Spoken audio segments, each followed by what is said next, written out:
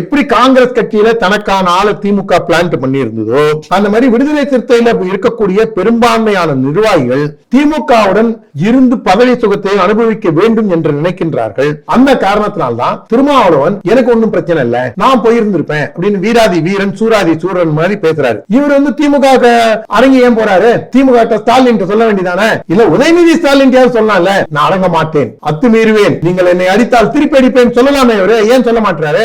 நம்ம கட்சி மொத்த கூடாரத்தையும் காலி பண்ணிட்டு போயிடுவாங்க. திமுக அரசியல் சூழ்ச்சியில சகுனித்தனங்கள்ல திமுக சிறந்து விளங்குகிறதுங்கிற காரணத்தினால தான் கட்சியே கலகலத்து போயிடுமோங்கிற அச்சத்தினால திருமாவளவன் இப்படிலாம் நானும் ஜெயிலுக்கு போறேன் வடிவேல் காமெடி மாதிரி எனக்கு ஒன்றும் பிரச்சனை இல்லை. தமிழக பாஜக தலைவர் அண்ணாமலையாக இருக்கட்டும், எல் முருகனாக இருக்கட்டும், வானதி சீனிவாசனாக இருக்கட்டும், அவங்க ஓப்பனா தைரியமா எந்த நிகழ்ச்சியில அவங்க முதல்வரா இருக்கிற காரணத்தினால எங்க அவசியமோ அந்த மேடையில இருக்காங்க. அதுக்காக கூட்டணி வந்துருச்சுன்னு யாரும் சொல்லல. இவங்க தான் பயந்துக்கிறாங்க.